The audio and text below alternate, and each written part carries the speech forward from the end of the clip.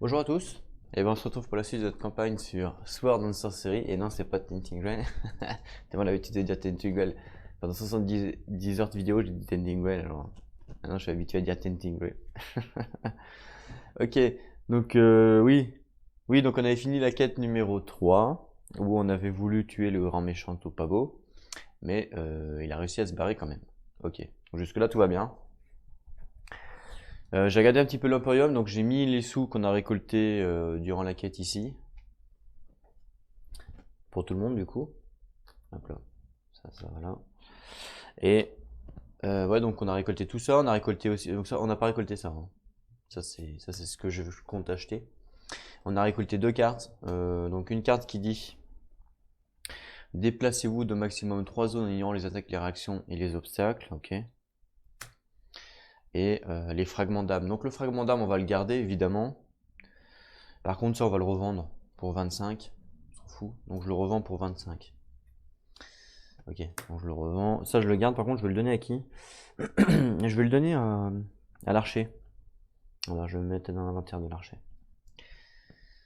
Donc on a récolté tout ça. Donc donc j'ai regardé un petit peu les persos. Et c'est vrai que en fait, ils meurent souvent. Et c'est pas, il faut arriver à ce qu'ils meurent pas pour pouvoir upgrade le soul en fait, enfin, pour upgrade les randoms entre guillemets. C'est ce qui va nous rendre plus forts. À chaque fois qu'ils vont mourir, on va perdre en random. C'est exactement ce qui s'est passé là dans la quête numéro 3 et ça c'est relou. Donc il va falloir que je change ma façon de jouer pour essayer à ce que les héros ne meurent plus pour pouvoir stocker en gros des souls pour pouvoir upgrade. Parce que sinon, si à chaque fois je perds des randoms, je vais arriver fin de la quête, enfin fin de l'acte 1, je vais être random 1 et on va se faire laminer quoi. Il faut absolument pas que les persos meurent, voilà. Ils peuvent perdre des PV, mais il faut pas qu'ils meurent. Donc je vais changer ma façon de faire, je vais acheter un peu plus de protection. Déjà, je vais acheter une potion de soin, évidemment, qui coûte 15. Que je mets au nain. Ça, c'est obligatoire. Je vais acheter une potion de soin également, un peu différente, pour le mage. En fait, pourquoi je achète ça au mage et pas une potion comme ça? Parce que le mage, il a pas beaucoup de PV. Il a 4 PV max. Donc, si j'achète une potion comme ça, il va même pas l'utiliser entière. Vous voyez ce que je veux dire? Donc, je vais lui acheter plutôt un bandage. Ça coûte moins cher. Bon, 5 de moins, hein, c'est que dalle. Ça coûte moins cher et ça lui permettra de se healer et d'enlever un handicap. Je voulais racheter donc les flèches elfiques pour l'archer parce que ça c'est toujours bien, ça coûte 30. C'est une action gratuite, on peut l'utiliser tout le temps vu que c'est une action gratuite.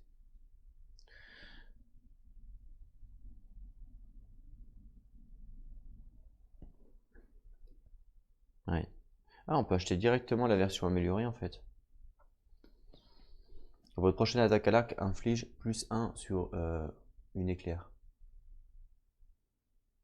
Ça coûte 50 au lieu de payer 30. Ouais, pourquoi pas, ouais. Ouais, pourquoi pas, ouais, du coup. Et je voulais prendre un bouclier pour le mage, voilà, pour vraiment pas qu'il meure, je voulais prendre un bouclier. Alors c'est un consommable, hein. C'est un consommable, donc c'est utilisable qu'une seule fois. Donc je vais pas payer, je vais payer la version plus 2. Voilà, utilise une seule fois gratuitement. Si jamais il est vraiment dans une mauvaise posture, il va pouvoir l'utiliser. Donc ça c'est ce que je compte acheter du coup. Donc je vous rappelle que j'ai vendu une carte pour 25. Bah celle-là en fait, donc 25. On la défausse. Ok, donc 25. Donc là ça fait 25 là. Ça fait 10 et 15, ça fait 25. Donc déjà j'achète ça gratuitement, hein, vu que j'ai machiné ma carte. Donc ça je le donne au nain, la petite potion de soin.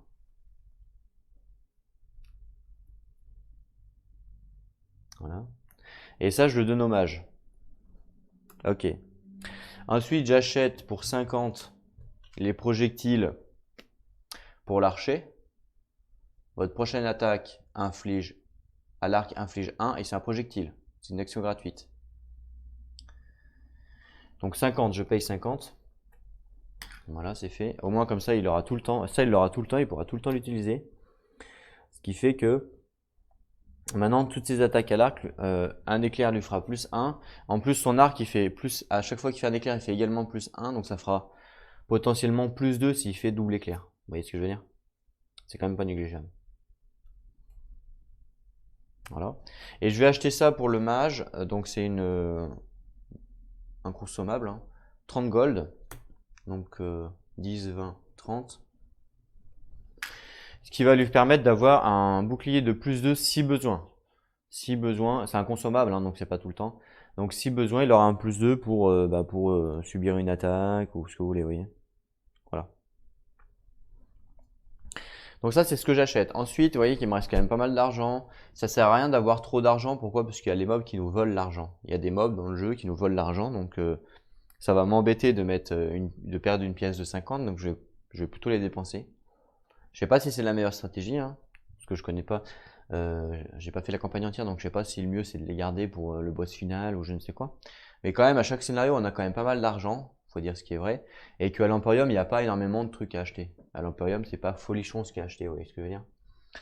À part quelques des petites potions, voilà, des trucs comme ça, c'est pas folichon quoi.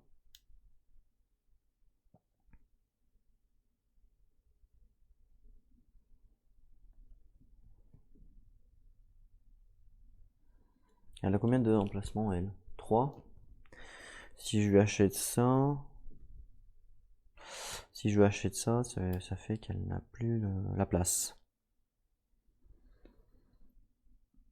Ouais, ça coûte 40, ok. Ok, on verra comme ça. Donc je vais dépenser l'argent en faisant tout simplement de la forge. Ça coûte 50. D'accord? Donc déjà, le nain, on va essayer de forger un truc chez le nain. Donc le nain, lui, l'armure, on est bon. Il n'y a pas besoin de forger son armure. On sait que c'est pas par rapport, c'est pas par rapport à ça qu'il est mort, hein, c'est par rapport au feu. Mais même si il avait forgé son armure, il serait mort quand même. Il avait tellement de feu sur lui en fait. L'ennemi, le boss, avait tellement, vu qu'il mettait du feu à chaque attaque, il avait tellement de feu que bon, c'était pas gérable. Donc là, cette mort-là, on peut pas vraiment l'éviter. Vous voyez ce que je veux dire? C'est pas quelque chose qu'on a mal joué. C'est le fait que le boss, il ait tiré ce pouvoir-là. Voilà, c'est pas de chance entre guillemets. On peut pas l'empêcher d'attaquer quoi. Ou alors il aurait fallu sinon 5 potions 2 ou 3 potions de soins dans l'inventaire, mais bon, je suis même pas sûr que dans l'Emporium il y en ait autant. Je crois qu'il n'y en a qu'une potion de soins. Ouais, il n'y en a qu'une dans l'Emporium. Donc pour vous dire que même en achetant les potions de soins, on pouvait pas l'avoir. Donc lui, c'est pas vraiment l'armure que je vais forger. Par contre, ça sera plus son arme. Donc ce que je vais faire, c'est pour faire plus de dégâts, quoi, tout simplement.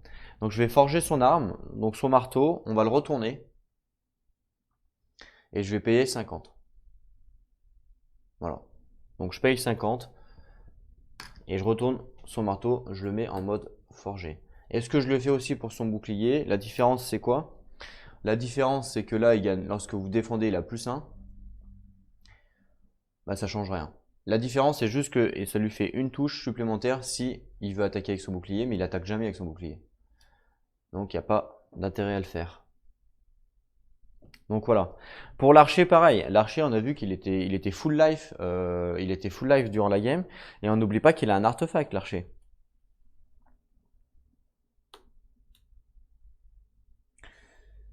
Et d'ailleurs, je vais peut-être le donner à quelqu'un d'autre, son artefact, en fait. Il a son anneau de troll.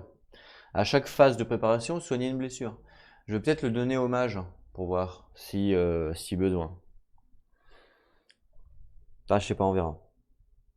Est-ce que je vous rappelle que pendant l'Imperium, ils ont le droit d'échanger de stuff. Est-ce que je le donne à quelqu'un d'autre?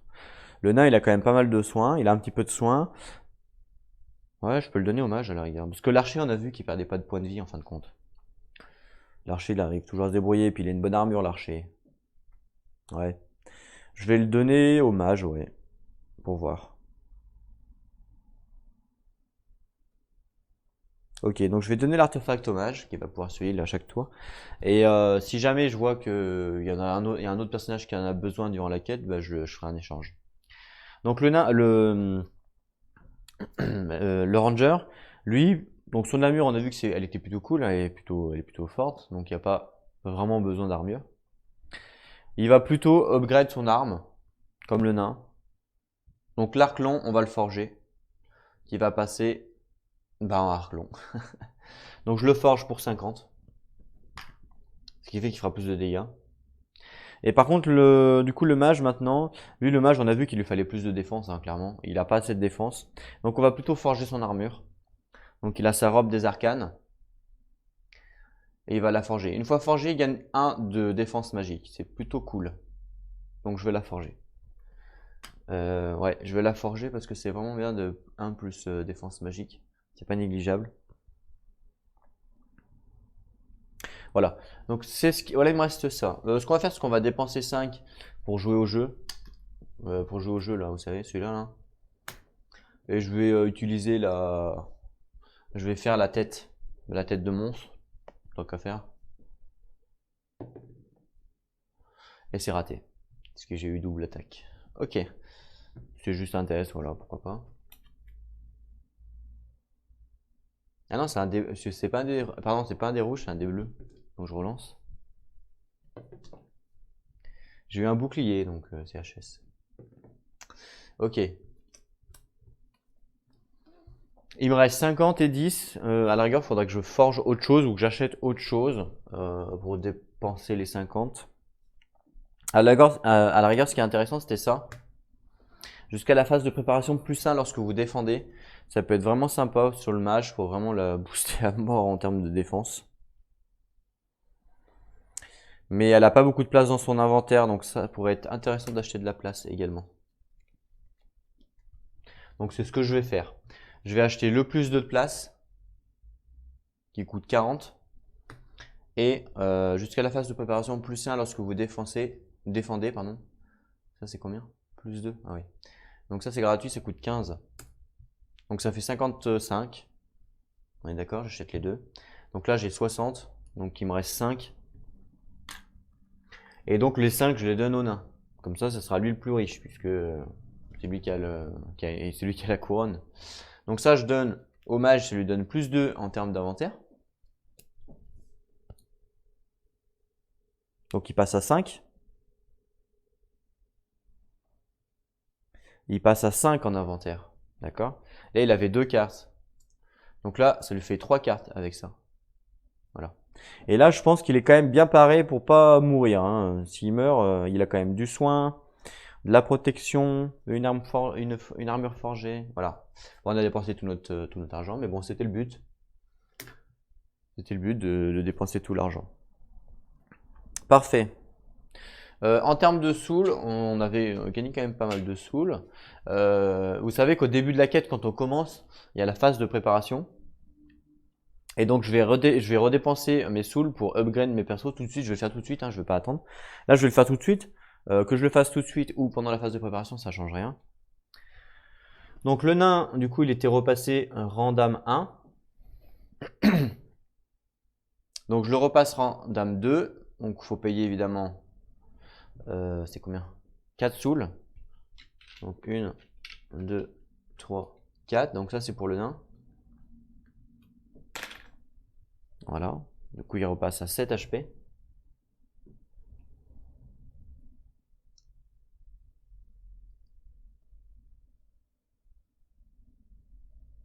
Voilà.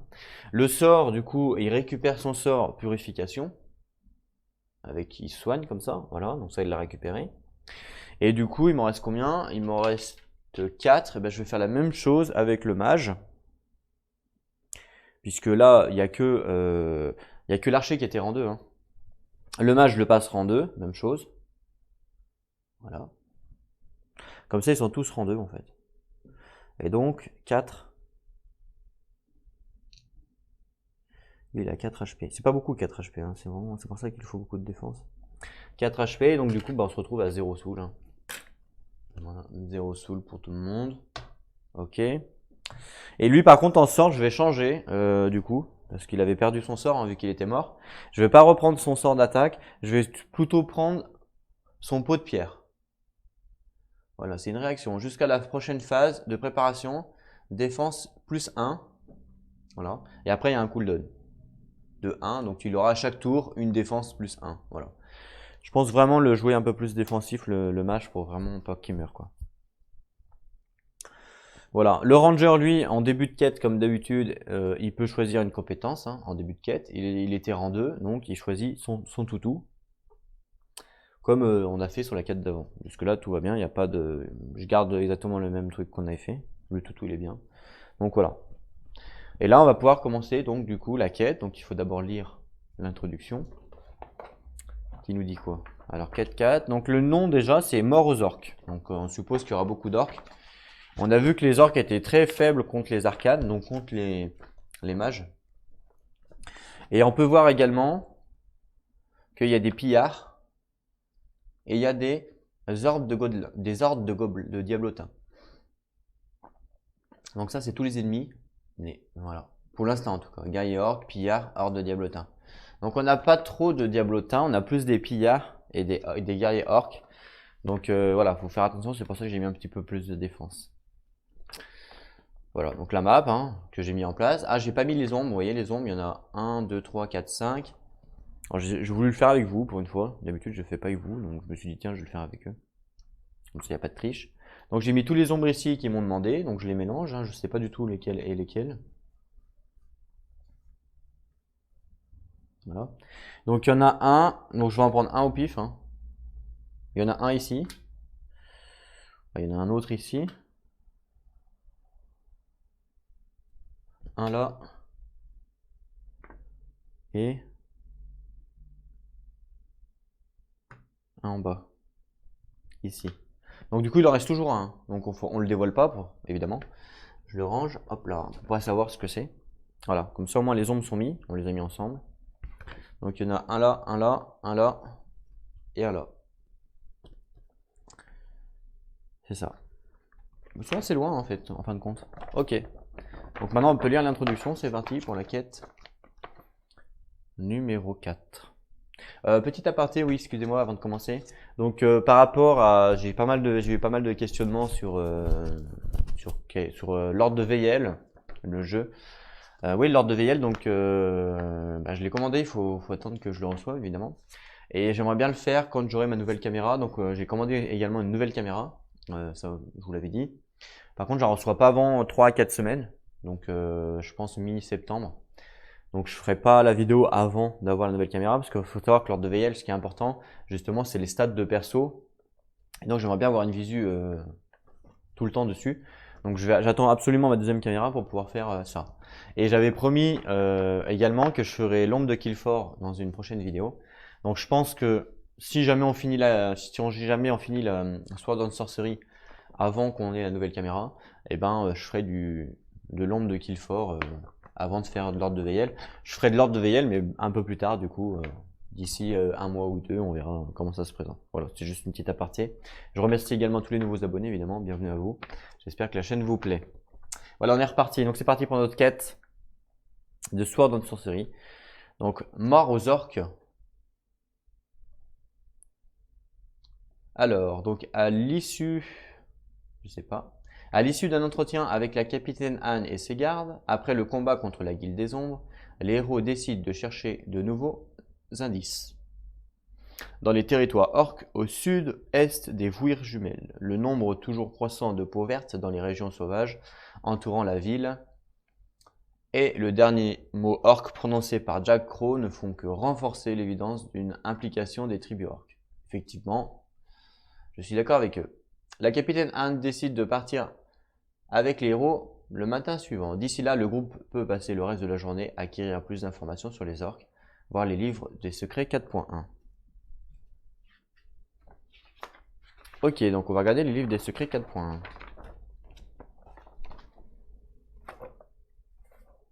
Limite la page, je vais la laisser ouverte. On sait qu'on en aura besoin pendant la quête. Voilà.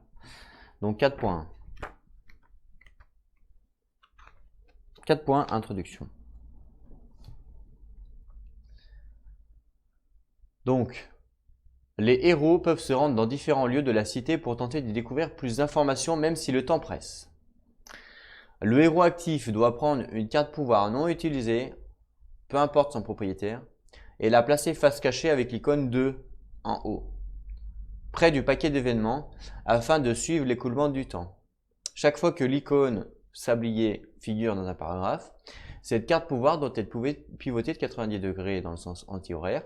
Lorsque la carte se retrouve avec l'icône réactivée en haut, le temps est écoulé. Ok. Bah, je prends une carte pouvoir au pif, hein, qui est même pas utilisée, voilà, donc je prends celle-là, ok. Donc je la mets là.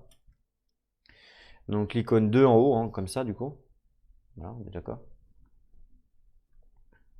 Alors, si vous voulez vous rendre à la, si vous voulez vous rendre au marché, ah c'est pas, oh merde, du coup on n'a plus de thunes. Pivotez le 2.1 et le sablier de 1 et rendez-vous au 4.2. Si vous voulez vous rendre à la bibliothèque de la cité, pivotez le 1. Ouais, ok. Si vous voulez vous rendre dans le bas-fond, si vous voulez vous rendre dans le palais royal. Ok, qu'est-ce qu'on peut faire? Bon, on n'a pas vraiment d'indice spécifique, hein, donc on peut choisir ce qu'on veut. Je sais pas, peu importe. On pourra pas tout faire, hein, vu qu'il y a un sablier. Soit bibliothèque, soit bas-fond, soit palais royal. Ou marché, marché, bibliothèque, bas-fond, palais royal. On peut en faire combien? Deux, on peut en faire deux en fait. On peut en faire deux, donc je dirais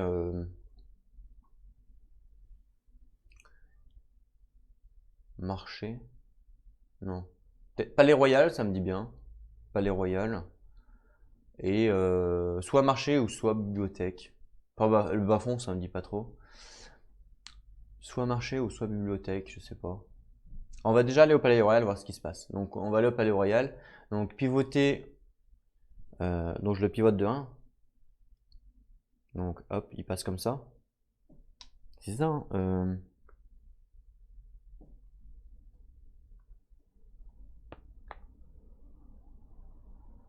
Ah bah non, en fait on peut le faire qu'une fois. On peut le faire qu'une fois. Puisque ça dit quoi?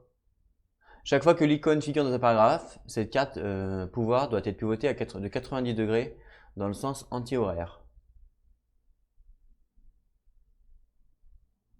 Lorsque la carte se retrouve avec l'icône réactive, le temps est écoulé. Ok. Attendez, anti-horaire. Anti-horaire, c'est comme ça.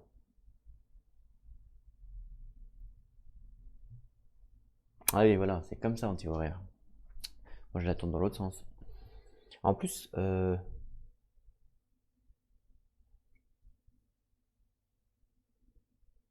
ouais.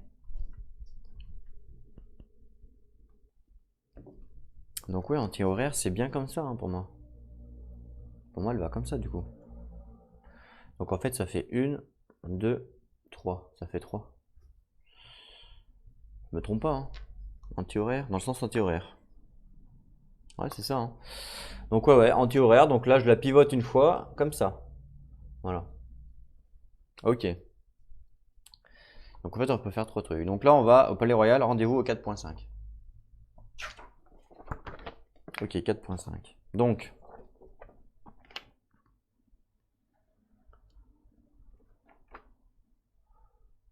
après quelques instants d'attente, les héros sont accueillis par le maître des monnaies, l'officier le plus gradé du palais, un homme de taille moyenne nommé Petyr Longfinger. Petyr vous affirme n'avoir jamais entendu ce mot jusqu'à aujourd'hui et ajoute: Il est raisonnable de penser que le comte d'Alves puisse être d'une certaine aide dans votre quête. Malheureusement, il patrouille à l'extérieur avec son escorte, bien qu'il soit attendu très prochainement. Peut-être aujourd'hui même. Le comte est accroché à cette cité qui compte et il est souvent en première ligne sur bien des combats. Je suis navré d'écourter cet entretien, mais mon travail de la journée n'est pas achevé et j'ai tout un palais administré. Bonne chance dans votre voyage. Donc rendez-vous au 4.1. Ok. Le comte d'Alve, il nous a dit, hein. Ok, rendez-vous au 4.1. Donc là, il nous a dit qu'au palais, il nous a dit que le comte d'Alve pouvait nous aider, mais qui patrouillait dehors. Voilà, bon, on sait pas trop. Donc ça, c'était le palais, c'est un peu pourri. Donc maintenant, on va faire quoi? Ben, on va aller au marché, du coup. Donc je pivote, oh mince, sens anti-horaire, donc comme ça. Ok. Donc le marché, c'est 4.2. Ok, 4.2. Donc le marché de la cité est toujours surpeuplé d'acheteurs et de vendeurs de toutes les races. Chaque héros doit lancer 3 dés rouges. Le groupe peut décider de pivoter le sablier pour relancer tous les dés. Si au moins un héros a obtenu un sort, rendez-vous au 4.6, sinon rendez-vous au 4.9. Ok, donc déjà 3, chaque héros, hein, c'est ça? Ouais. Ok, donc on commence par le nain. Oh, il a réussi direct. La chance. Parfait. Ok. Rendez-vous au 4.6 du coup, ben on va au 4.6, vous avez de la chance. Ok, 4.6. Alors, un des héros remarque que l'imposant assistant d'un marchand d'armes sur le marché a l'air fort peu humain. Une fois acculé de questions, l'homme qui se prénomme Rollo admet être à moitié orc et qu'il connaît certaines des traditions et coutumes orques, même si dans les faits, il n'a jamais vécu parmi eux, ayant toujours été considéré comme un faible bâtard. Le mot Loktar est utilisé par le clan du Croc, qui vit dans les terres intérieures orientales. Avant de retourner à son travail, Rollo raconte également au héros: Vous saurez que vous êtes sur le bon chemin lorsque vous trouverez leurs hôtels tribaux. Ce sont de petits alcôves creusés dans la pierre que contiennent de grossières statues en or de leurs dieux. Certains affirment que ces statues confèrent de pouvoirs magiques, mais si vous osez les toucher, vous serez à jamais considérés comme des profanateurs par tous les orques. Si ma mémoire est bonne, une de ces alcôves doit se trouver à proximité de la cité. événement narratif 3, donc c'est là, voilà, sur le jeu. Donc Rollo dessine une carte grossièrement menant à l'hôtel tribal avant de retourner à ses quêtes, à ses affaires. Prenez note de quête 4 idoles et rendez-vous au 4.1. Ok.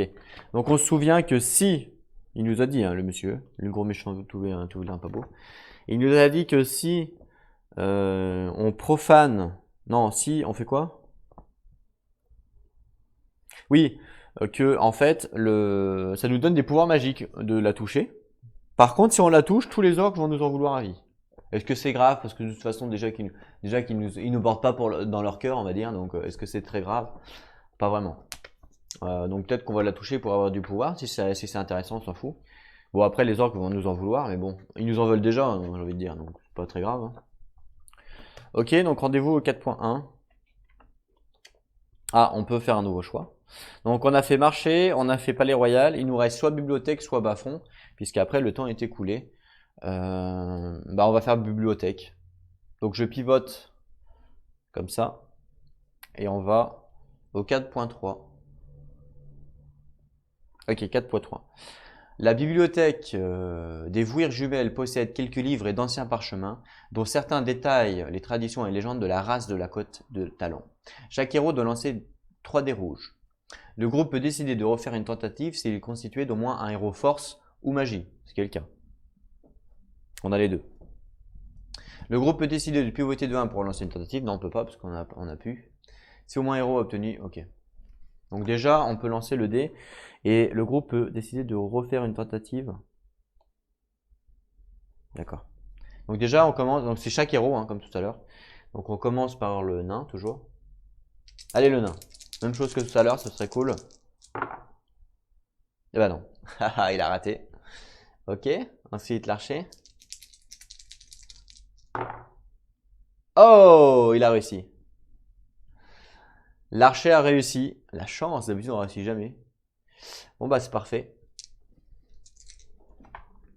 Donc ça fait quoi si on réussit? Rendez-vous au 4.7. Ok.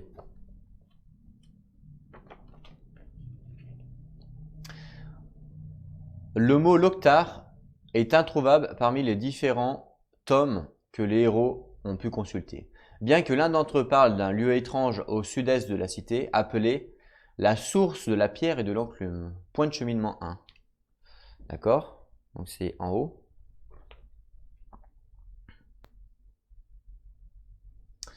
Donc dans lequel une arme légendaire repose. Ouh, scellée dans la pierre depuis la nuit des temps.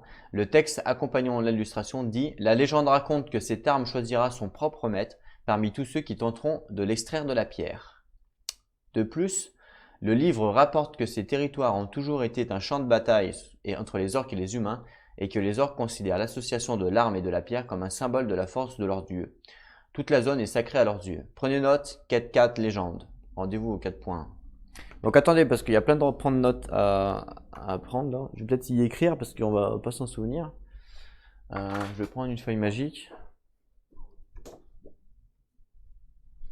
Que je vais pas me souvenir de tout, c'est sûr. Donc une feuille magique, un stylo magique. Là, tout est magique chez moi, c'est ça qui est bien.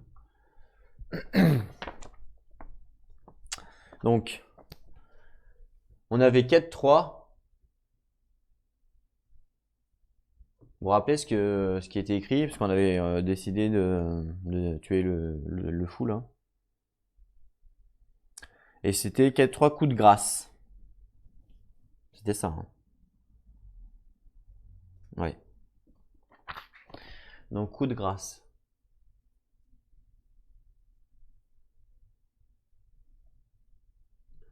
Coup de grâce. Donc ça c'était pour la quête 3. Ensuite la quête 4.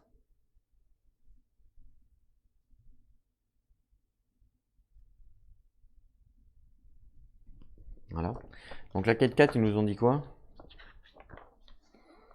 4.9. Non, c'était pas 4.9 qu'on avait fait, nous, c'était quoi? On avait fait Palais Royal 4.5. Ok. Après, on avait fait Bibliothèque 4. Marché 4.2 et 4.3. Donc ça faisait 4.7, 4.8. Donc légende et idole. Ouais, c'est ça. Ouais. Donc on avait 4.4 idole et légende.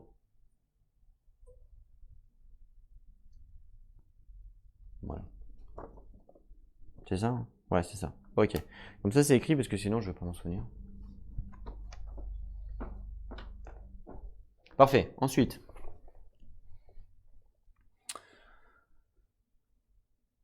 Rendez-vous au 4.1 du coup.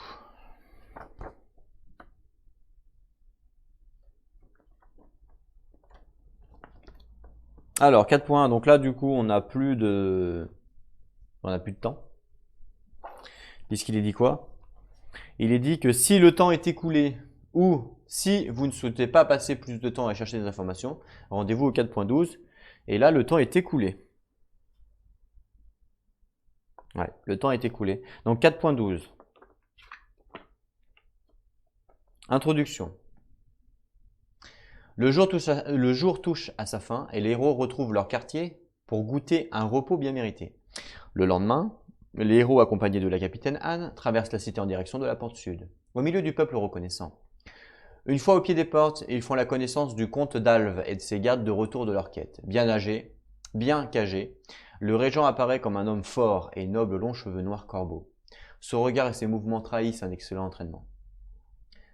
Salutations, héros revenus d'entre les morts. Vos actes semblent promis à la légende, encore plus que votre propre résurrection. Et je remercie les trois dieux pour cela. Capitaine Anne, je vous sais sur le départ. Vous avez choisi votre destination? Donc le capitaine répond. Salutations à vous, comte. Chaque personne dans cette cité vous êtes reconnaissant de vos efforts. Nous allons mettre en chasse du camp du clan d'orques responsable de la brutale attaque de la cité. Nous commencerons par la source de la pierre et de l'enclume, un des lieux saints. Nous voyagerons légers. Mort aux orques! Le comte réplique. Malheureusement, je dois vous demander de laisser cette quête à nos héros. J'ai besoin de votre aide à l'intérieur des murs de la cité, il a dit. Vous savez à quel point vous êtes respecté et les hommes vous obéissent. Je refuse de me passer de vous, ne serait-ce que pour quelques heures. Héros, bonne chance. À contre-cœur, mais conscience de son devoir, Anne abandonne le groupe et emboîte le pas au comte. Sur ces mots, les héros font leurs adieux et laissent derrière eux la réconfortante cité. L'aventure commence. Ok, donc en gros, la capitaine Anne a été avec nous, et puis en fait, elle se barre avec l'autre. Elle nous a trahis, quoi, tout simplement. Donc on va devoir la tuer. le mec qui pète un câble. Il tue tout le monde. Ok. Donc ça c'est bon, je range la petite fiche des notes. On range le petit livre des secrets parce qu'on en aura besoin, c'est sûr. Donc voilà, on a commencé là. On sait déjà qu'ici il y a une idole sacrée en événement 3 et que si on la touche, on a un pouvoir magique, mais que les orques vont nous détester. Mais bon, c'est pas très grave puisqu'ils nous détestent déjà. Et on sait ici qu'il y a une arme légendaire, point de cheminement 1. Vous voyez, donc ça m'intéresse de l'apprendre. Par contre, il est bien dit que c'est celui qui l'apprend qui aura le pouvoir. Donc, suivant le personnage que je veux qu'il apprenne, aura le pouvoir. J'ai bien envie de la faire prendre. Ah, je sais pas trop en fait. Je me tâte entre le mage, parce que le mage a pas d'arme. Le mage a une arme pourrie en fait. Le mage, il a un bâton tout pourri. Vous voyez? Donc j'ai bien envie de le faire prendre au mage parce que le mage a pas d'arme. Voilà. Donc ça peut être intéressant. Donc parce qu'il a son sort qui peut attaquer une fois sur deux, mais s'il avait une arme assez badass, ça serait pas mal. On verra, je pense que je vais tester avec le mage dans un premier temps, puis s'il n'y arrive pas, on fera autre chose. Donc là, les héros commencent ici, comme vous pouvez le voir. Voilà. Et puis on peut commencer. Donc la phase de préparation, donc c'est le soul qu'on a fait, la phase de préparation. Donc là, j'upgrade le mage, j'upgrade le nain, comme je vous ai montré au moment de la mise en place. On l'a fait maintenant. Voilà. Puis après, c'est parti. Donc on va faire jouer qui en premier? Sachant que là, oui, il faut 2 de déplacement. Là aussi? Non, pas là. C'est bizarre là. C'est bizarre cette huile, comment elle est. 1, 2, 3, 4. Ah oui. D'accord. 1, 2, 3. Ok, ouais.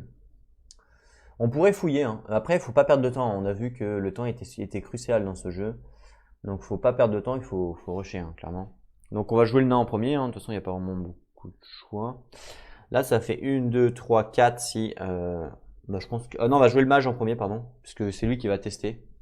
Donc, le mage, il va faire 1, 2, 3. Et avec son action spéciale, il va faire 4. Ici.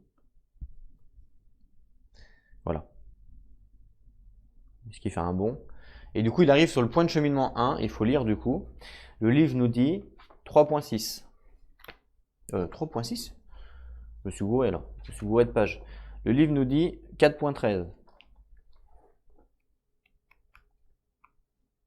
4.13. Ok. Tandis que le héros repousse précautionnement les dernières branches, une vision fantastique lui apparaît. Sur un petit monticule cerné du murmure d'un ruisseau se dressent de nombreuses pierres ornées de symboles tribaux et encadrant une pierre singulière dans laquelle est plantée une magnifique arme. La brume provenant de la chute d'eau crée une myriade de gouttelettes scintillantes réfléchissant les rayons du soleil. Tout en s'approchant de la pierre, le héros s'interroge sur la possibilité d'extraire l'arme de la pierre. Une fois par quête, chaque héros se déplaçant sur ce point de cheminement peut essayer d'extraire l'arme légendaire de la pierre pour une action gratuite en lançant 3 dés rouges, plus 1 si vous avez noté quête légende. On l'a noté, donc c'est plus 1. C'est ça. Ok, donc on tourne la page. Ah, il faut faire le symbole encore. Le premier héros à obtenir un ou plusieurs symboles comme ça obtient une carte arme spirit prise au hasard, piochée et défaussée jusqu'à ce qu'une arme compatible soit tirée, par rapport au héros je suppose. Une fois l'arme spirit reçue, ou une fois que chaque héros a tenté sa chance, retirez OK. Ok, bon bah c'est d'abord le mage qui tente sa chance. Donc j'ai plus un dé, du coup j'ai 4 dés, 4 dés rouges. Parce qu'on a la légende. Donc c'est parti pour le mage. Le mage tente sa chance. Souhaitez-lui bonne chance pour savoir s'il arrive à retirer ou non l'épée légendaire, quoi, tout ça. Enfin, c'est pas vraiment une épée, ça peut être une épée, ça peut être tout, en fait, tout et n'importe quoi. En vrai, y a pas vraiment de, y a pas vraiment quoi. Donc c'est parti. Ah mais il a réussi. La chance. Il a un symbole ici là, donc il a réussi directement. Premier coup. Waouh, il est fort ce mage. Donc qu'est-ce qui se passe Assaut, les armes légendaires d'ailleurs. Je sais pas. C'est vrai ça? Elles sont où? Je sais pas. Ah, elles sont là. Elles sont là, regardez les cocos. Elles sont ici. Donc mélangées. Ok, il n'y a pas de dos. C'est quoi ça? Quête. Ah non, ça c'est quête, donc ça n'a rien à voir. Donc c'est ça? Arme légendaire? Ouais, ça doit être ça. Donc quête. Enfin quête. Faut que je mélange. J'aime pas mélanger quand il y a. En même temps, je crois que. Il y a que ça? Attendez, il y a que 3 cartes légendaires? Bon, bah ouais, sûrement. Je vais voir le livre de règles. Je vais quand même vérifier parce que peut-être je me suis trompé. Arme spirit. Combien ils disent?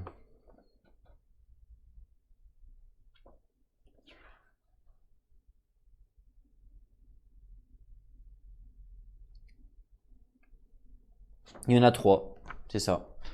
Il y en a 3 dans le jeu de base, c'est ce qui est écrit en tout cas. Donc en fait, il faut prendre une arme par rapport au héros. Donc ils disent de tirer au hasard, mais ah si, il peut y avoir le bouclier. En fait, il peut y avoir soit le bouclier, soit ça, on est d'accord. Soit le spectre mystique. Pourquoi? Bah parce que y a rien d'autre. Ça, elle peut pas l'avoir elle. La lame gelée, elle peut pas l'avoir. Ça, c'est une arme pour le ranger.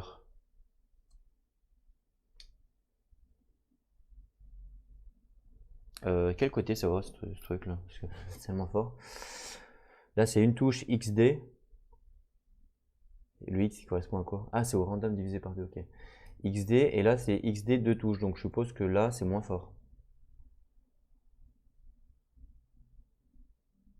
Ah, quoique, je sais pas. Peut-être voir un autre. Là, c'est une touche. Là, c'est 0 touche. Ok, ouais, donc c'est bien ce côté-là. Ok, c'est ce côté-là, en fait, qu'il faut. Parce que, en fait, je pense qu'il faut payer 3 gemmes, 3 souls pour le retourner. Ouais, ça doit être ça. Par contre, faut payer à chaque. J'en ai jamais eu, hein, donc excusez-moi hein, de regarder. Il faut payer à chaque fois, à chaque quête, ou une fois payé, c'est fini. Ah, c'est ça qui est intéressant.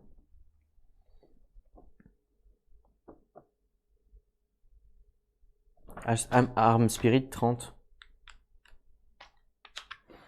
Alors, Arm Spirit.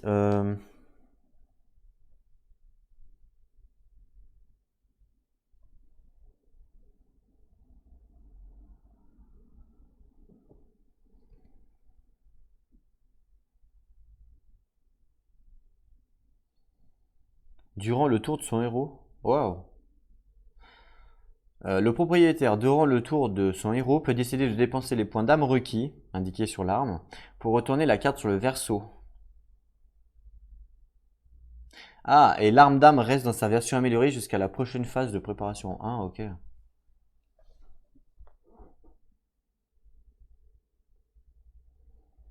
Ah oui, d'accord, donc c'est ok. C'est vraiment dans la quête que tu peux l'upgrade ton arme et elle reste pas quoi. C'est juste ah ouais, donc c'est pas folichon quoi. Ça coûte cher quand même. Donc là en fait, je vais reprendre le livre de secret, voir. Je vais relire quand même ce qu'ils nous disent. Pas faire de bêtises. Ok. Le premier héros à obtenir un ou plusieurs résultats donc sur notre sorcerie obtient une carte arme spirit prise au hasard. Par contre, après c'est marqué piocher et défausser jusqu'à ce qu'une arme compatible soit tirée. Donc je suppose que c'est compatible au héros. Enfin moi je comprends comme ça. Hein. On est bien d'accord. Donc dans tous les cas, si je tire celle-là, elle n'est pas compatible au mage. Donc ça sert à rien. Ce qui est compatible au mage, c'est soit le bouclier. Une fois par séquence, avant de défendre, lancez un dé bleu. Si une étoile, redirigez l'attaque. Waouh, c'est assez fort quand même en vrai, hein. En vrai, c'est assez fort, hein. Bon, faut avoir une étoile, mais c'est possible. Une étoile sur des bleus, je crois que c'est 3 chances, non? Une, deux. Une, deux. Ouais, c'est 3 chances sur 10. 3 sur 10, ok. Ouais, 3 sur 10, ok. Donc lui, le mage, il peut avoir autant soit ça, le miroir d'or, autant le spectre mystique, on est d'accord. C'est une baguette. Une touche, un dé rouge, le random divisé par 2, donc elle est random 2, donc ça ferait un dé. Donc un dé rouge, un dé bleu. Une étoile, on ignore l'armure, c'est pas mal, hein. Ça fait de la 2 de distance. C'est pas mal. En vrai, les deux sont bien, j'aime bien les deux. Ça lui ferait de l'attaque. En plus, elle a un pouvoir, elle. Une fois par séquence, réaliser une attaque supplémentaire avec une baguette. Ça, c'est une baguette en plus. Ouais. D'accord. Une fois par séquence. Ah ouais, c'est quand même fort. Si elle a la baguette, elle pourrait faire 2 attaques par tour. C'est pas négligeable, hein, je pense. Ok, donc bah, c'est au hasard, hein, donc je vais pas mélanger les cartes, hein, évidemment. Je vais tirer un dé, hein, tout simplement. Je vais pas mélanger entre les deux cartes, je vais pas savoir. Donc ce qu'on va faire, c'est qu'on va mettre là. Donc on va dire 1, 2, 3, on va dire que c'est celle-là. 4, 5, 6, c'est celle-là. Tout simplement, hein. Je vois pas comment je pourrais faire d'autre.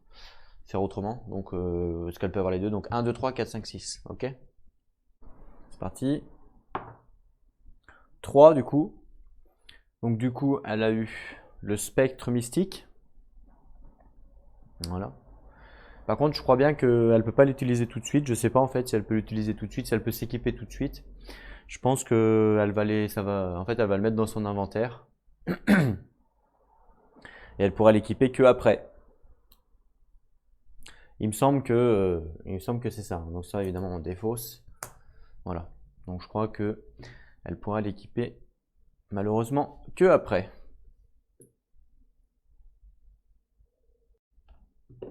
Donc on continue notre quête. Donc elle a joué. On va passer. Donc il n'y a pas d'ennemi à tirer. On va passer à qui? Ben, on va passer au nain. Donc le nain ou le ranger. Ça serait pas mal de fouiller peut-être aussi. On va faire le nain. Le nain il va faire 1, 2, 3. Et il va utiliser son action spéciale pour fouiller. Ok, donc j'enlève son action spéciale. Donc pour fouiller, donc il fait quoi? Bah, il lance. Je crois que c'est un dé bleu pour fouiller, hein, je suis pas fou, il me semble, hein. C'est un dé bleu ou rouge? Je sais plus, je me rappelle jamais si c'est un bleu ou un rouge pour fouiller. Alors, fouiller, fouiller, fouiller. Rouge. Ok, allez, c'est parti, rouge. Il a eu une éclair, alors je sais pas ce que c'est quoi. Une éclair, c'est un piège. Super. Donc je tire une carte piège, tout simplement. Piège, piège, piège, c'est là. Une carte piège qui nous dit Pentacle. Ah bah putain. Générer un ennemi par random divisé par 2 du héros ayant le plus haut random. Donc là, le plus haut random, c'est 2. Donc divisé par 2, c'est 1. Donc un ennemi. Super. Donc on génère un ennemi là où il y a le guerrier, enfin le nain, tout simplement. Donc je prends un ennemi, voilà celui-là. Et c'est quoi? C'est un pillard avec pouvoir. Donc je pioche tout de suite son pouvoir. Qui me dit toutes les attaques infligent plus 1 et repoussé. Waouh, ok, donc ça il est sur le nain. Donc pillard avec pouvoir, on va mettre c'est l'arbalète. Voilà. Et ensuite, ben, c'est toujours un nain de jouer, hein. Il a fait, ben, il va attaquer, voilà, tout simplement, hein. Il n'a pas fait son action d'attaque. Donc il attaque. Il va faire d'abord sa bénédiction sur lui, évidemment, pour avoir un plus 1 d'attaque, comme d'habitude, hein. Donc plus 1 d'attaque, et après il attaque. Donc il attaque le vert, hein, sur sa case. Avec son arme forgée cette fois. Donc il a plus 1 grâce à sa bénédiction. Son arme lui met plus 2. un dé rouge, un dé bleu. Je relance parce que j'ai fait 2 dés rouges comme un gogol. Ok, donc ça c'est un bouclier CHS. Il fait plus une touche et il le met KO.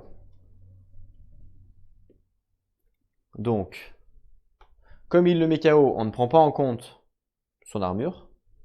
On est bien d'accord. Perforant -1, c'est bon. Et donc du coup, il lui fait 4 HP. Il lui fait 1, 2, 3, 4 et il a 4 points de vie, donc il meurt. Il meurt, il le one-shot. Ok. Bon bah il le tue, direct.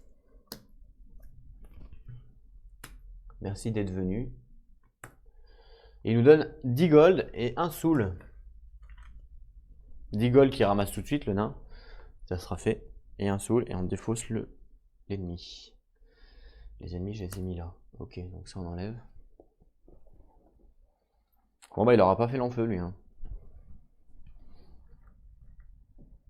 Ok, un soul. L'ennemi on enlève. Voilà. Il n'y avait rien de spécial. Je lis quand même le truc de l'ennemi. Non, il n'y avait rien. Ok, c'est bon. Fin de l'activation du nain. Donc il n'y a pas d'ennemi, donc on pioche pas de cartes. Et après on passe au ranger. Donc 1, 2, 3. Il va bondir. 4. Avec sa première action spéciale. Et avec sa deuxième action spéciale, il va activer Fenrir. Donc son toutou. Donc hop là, il le fait spawn. Et après Fenrir peut être activé également. Donc il peut faire un déplacement. Et il va faire un déplacement, Fenrir, ou pas. Non, il a pas. Non, en fait. Non, non, il va rester là. Il se déplace de combien, de 4? Ouais, non, non, il n'y a pas d'intérêt, il va rester là. Ouais, quoique si, il va faire un déplacement de 1. Voilà. Ok. Tout le monde a joué, on passe à l'événement. Donc je pioche la première carte événement qui nous dit événement narratif 1, lisez et résolvez les effets de l'événement narratif décrit dans le livre de compte. Tiens, je savais pas qu'il y en avait là-dedans aussi. L'événement narratif 1, ça nous dit quoi dans le livre de compte? 4.14. Alors, 4.14. Le craquement des branches est annonciateur d'un grand danger. En un instant, les héros se trouvent cernés par une bande d'ennemis enragés commandés par un puissant chef de guerre. Placez un guerrier orc rouge sur le portail de génération. Tête de moche. Un orc rouge, waouh! Alors là, ça rigole plus. Hein. Un orc rouge, badass. C'est le même que le bleu, mais en rouge. Donc, portail de génération moche, c'est ça. Voilà. Alors, je vais prendre la petite fiche tout de suite de l'orc rouge. Je pense qu'il est badass. Hein. J'ai bien fait de forger les armes. Ok, l'orc rouge, il fait quoi cet enfoiré? Il cible, il aime bien les rangers, l'orc rouge. Non, même, non, non, non. C'est ranger ça? Non, non, c'est pas ranger ça. Ça c'est, je sais pas, ça c'est une classe qu'on n'a pas nous. Nous on a force, mage et on a triangle sur le côté. Donc non, non, on n'a pas ça. Alors, imposant, ok.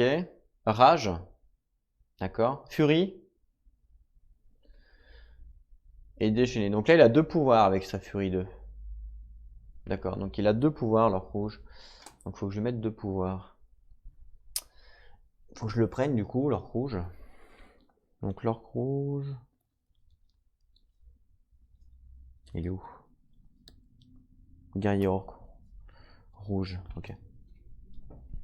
Il est balèze, hein. Arcane +1.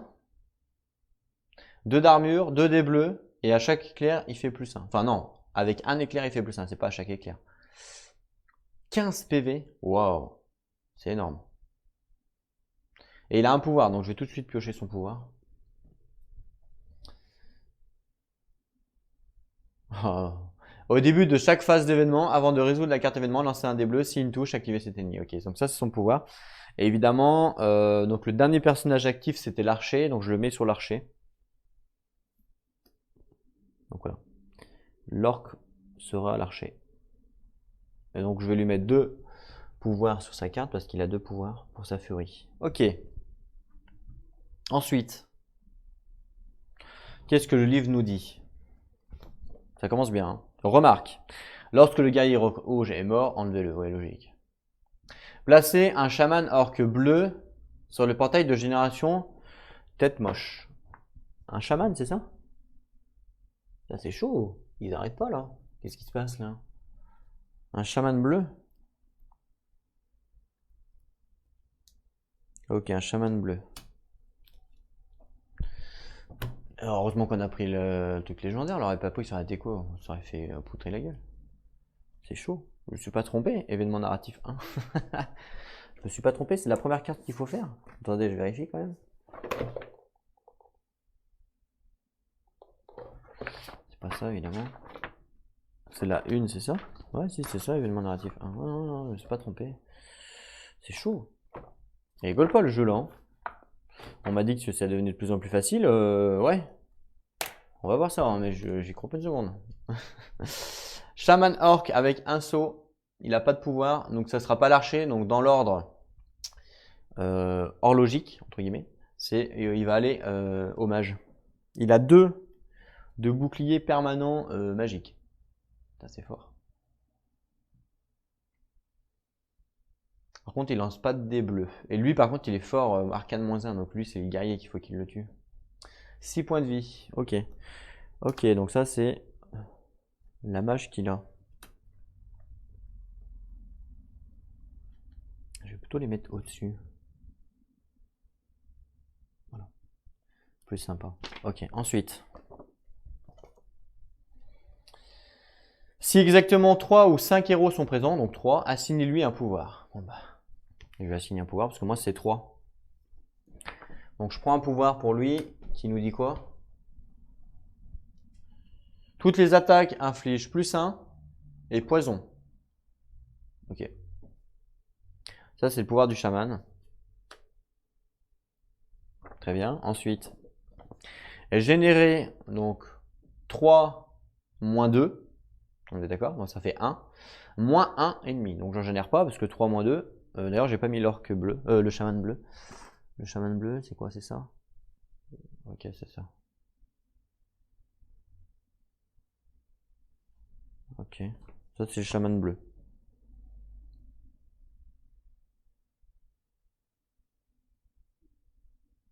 Avec un bâton un peu tordu, mais bon. C'est exprès. Voilà le chaman bleu. Est-ce qu'il compte pour 2 le chaman bleu? On n'a pas lu sa petite fiche, on va voir parce qu'il a l'air gros quand même. On verra après. Ok.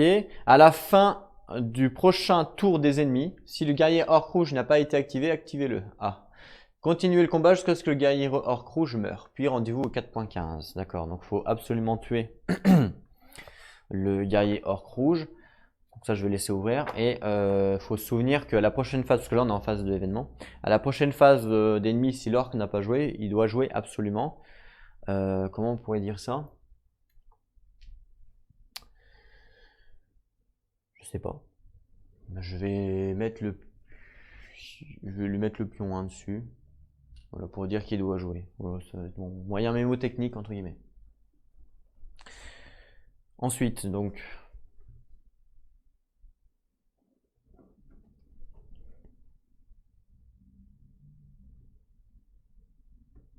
Faut qu'on prenne la fiche du chaman pour savoir ce qu'il fait.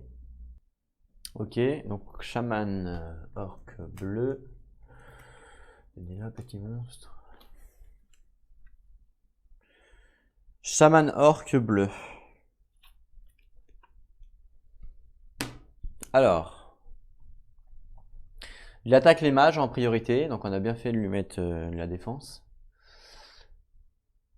Bon, il attaque, ok. Alors, protection spirituelle. Avant de défendre, lancez un dé bleu. Si une étoile, l'attaque est ignorée. Waouh, c'est super cher, c'est super fort ça. C'est abusé. Ça, c'est abusé par contre. Hein. C'est un peu insane, hein, j'ai envie de dire. Malédiction 1. Sauf si sauvegarde réussie jusqu'à la prochaine phase de préparation, le héros ciblé. -1, ok. Esprit sauvage, donc il a 2 pouvoirs, donc je vais lui mettre 2. c'est bon. Si possible, activez l'ennemi en jeu du plus haut rang, sinon générez un monstre ennemi dans la zone du chaman orc. Putain, il est relou lui, hein. Il fait spawn et en plus il fait... Waouh, il fait spawn et en plus il fait jouer le rouge. Donc autant dire qu'il faut le tuer en premier, quoi. Ok. La phase d'événement est faite. On va pouvoir passer à la phase de préparation. Alors désolé, voilà. Donc la phase de préparation, bah, on n'a rien à préparer, hein. Non. Et après on va pouvoir passer à la phase des héros. À la phase des, oui, des héros. Je pense qu'on va mettre fin à l'épisode ici. Parce qu'on est à je sais plus combien de vidéos. Et puis on continuera, je continuerai sur prochainement l'épisode pour savoir le combat épique qui arrive, hein, parce que là, gros combat là, hein, entre le orc rouge et le orc bleu. Le orc rouge il compte comme 2. Et l'orc bleu, non, l'orc bleu par contre il compte pas comme 2. Par contre l'orc bleu, lancer un des bleus, s'il fait une étoile, l'attaque est ignorée, c'est juste insane, hein. Waouh, c'est vraiment insane le truc, hein. Ok, bon on verra. Je vous remercie à tous d'avoir regardé. On se retrouve très bientôt pour la suite. 2 mots de la fin comme d'habitude. Prenez soin de vous et surtout, jouez à vos jeux. Allez, à plus tout le monde.